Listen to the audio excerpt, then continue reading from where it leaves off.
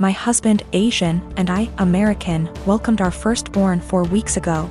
The baby is healthy, thank God, but I'm exhausted, haven't fixed my hair, barely able to shower and cannot sleep. My husband's family had been pressuring us to visit to meet the baby. I tried to hold them off as much as I could, but yesterday, I was surprised to find them standing on the porch. Turns out hubby invited them for dinner. I was embarrassed and felt like I wasn't ready for visitors, judgmental ones at that, cause the house was a mess, y'all. Anyways, my husband sat with them while I fed my son. Then later I asked my husband if we should order takeout for dinner. He said no, because his parents would find this rude and unwelcoming. He suggested that I go inside the kitchen and prepare something, anything long as it's homemade. I said fine, then went and made some mac and cheese. The reason I prepared this meal is because of how easy it is. Once I served the family, my husband's mom looked at me and was appalled. I noticed something was wrong. She asked if I really found it appropriate to serve her and the family mac and cheese. I asked why not, and she went on a rant about how disrespectful this was and that I clearly have no experience in what is right and wrong when it comes to hosting. I said, excuse me? Who said I signed up to host an expected visit from them? And she took it as in I didn't want them there.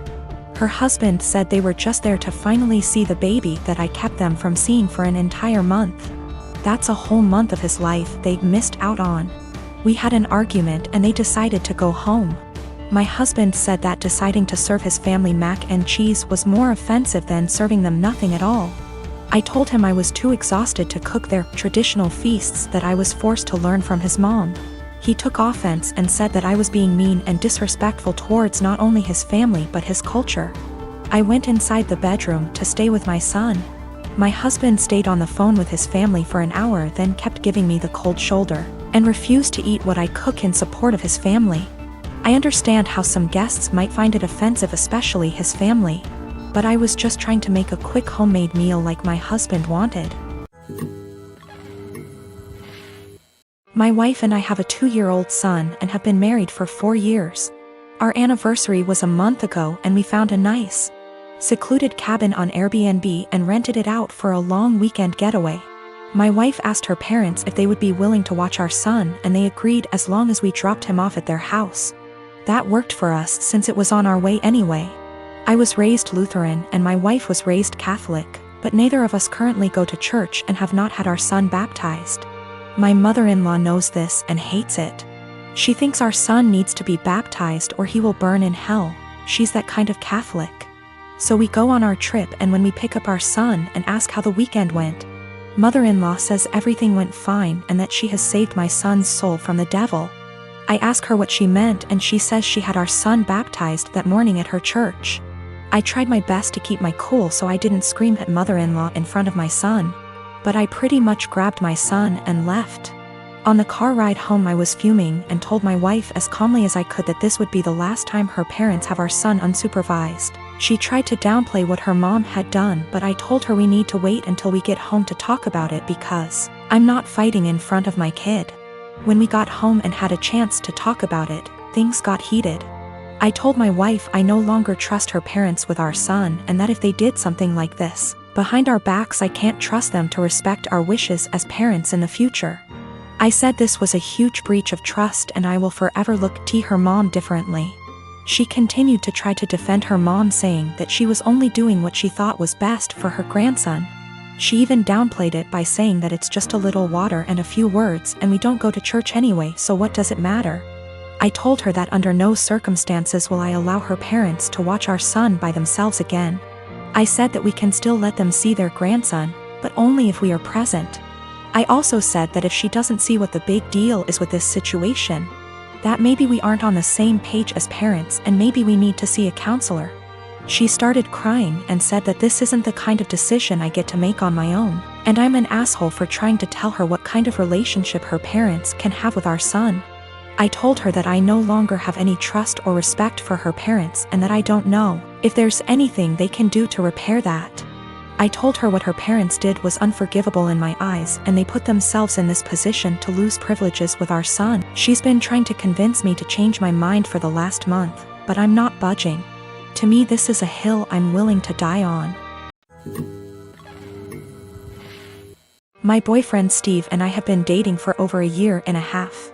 I met him in one of my upper-level classes 2 years ago. At the time he was finishing up his degree, before moving on and working on his master's. Since we started talking, seeing each other, and dating casually, I really loved our entire relationship. Steve and I had a lot of similar interests, which included traveling. We did a small trip to South America a couple months ago for a few weeks, Peru and Chile. We had an amazing time. It was once we got back from our trip that I saw our relationship in a whole different way. We traveled well together, and bonded in a new way. I knew I was in a great relationship. I thought we had a great relationship, until I got some news a few days ago. 3 days ago, I went over to drop a MacBook charger over at my best friend's house, Chenille. Chenille and I have been best friends since we were in high school from the age of 16 years old. I have always considered her to be my number one and closest person in my life. I have noticed that the past 6 months we haven't hung out in the same capacity that we usually have. Both of us have been busy with our lives, school, work, relationships, etc. But I kinda got the feeling after this past year of university around April that she was starting to move away. She had a bad with her ex that lasted under a year. He cheated on her with a coworker, and the rest is history. They broke officially around the end of January. As I went over to drop off her extra charger that she borrowed, I talked with her mom for a bit. Chenille ended up getting called in to pick up an extra serving shift at the restaurant she has worked at during her degree. Her mom wanted to talk to me about a few things. I was puzzled. Chenille's mom was always really outgoing and funny. We had known each other for over 8 years at least. But she wanted to have a serious talk.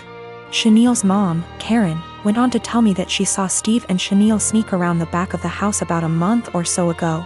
Karen went on to explain that she noticed this happening 2 other times. At first, she thought we were all hanging out. But Karen told me that she got a weird gut feeling on this situation. She told me that I should talk to Steve and Chenille ASAP. Steve and I were supposed to go out for dinner last night. He picked me up, and off we went. I felt really bad and humiliated the entire time we were out. We ate dinner, had a couple drinks, but we didn't talk much. Steve kept asking me all night what was the matter. I told him nothing. Finally, when we got back to my place, we sat in my room and I asked him, and told him what Chenille's mom, Karen, is told me. He didn't answer. In fact, he went pale white. That gave me the answer I needed.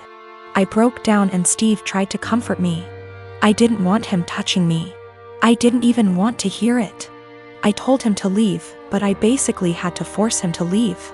I tried calling Chenille and texted her that I needed to talk to her. I got no response. Not one. Basically, 2 of the closest people I have had in my life betrayed me. This is so terrible and I feel so bad. I have like no one right now. I'm a student. I have a student bank account where my college gives me money for transport when we had physical classes or scholarship. These kind of bank accounts have no fees, but are age restricted, can't have one if you're over 25, and need an overseer. When I asked the bank about it, they told me it's just a security thing, so I chosen mom because she's more tech savvy than dad. Well, through some incredible luck I managed to get only top grades last year, so I was awarded a study scholarship. Great! I've been saving it up, looking forward to Worldwide Black Friday, eyeing an amazing drawing tablet. I do digital art on very old intros. The tablet I was eyeing is as big as my monitor. Is a display one and all around amazing. Black Friday rolls in, and Amazon, closest to me, has it in stock at an amazing price. A price I could afford. I was so damn happy, I ordered it. Then I got a notice that the bank refused the card. I emailed Amazon, their customer service is so fast, and we went over the card details and such, making sure it was all right. It was, and they advised me to call my bank. It was odd, I had bought things online in the past with this card and it went through. I had enough money for it, even extra, so I thought maybe they had technical difficulties. But it was too late in the day to call and they don't work weekends, so I left an email. Only to find out today that for big transactions they ask for agreement from the overseer and that mine canceled the transfer. I was like WTF and confronted mom about it, who throughout the weekend acted oblivious. And she told me that of course she couldn't let me throw money on something I don't need, and that I wouldn't have money for Christmas presents if I bought that. Then she had the audacity to ask me what I was planning to get my family this year. I told her that they won't get anything more than a bread shadow from me, and I went to my room and cried on the carpet.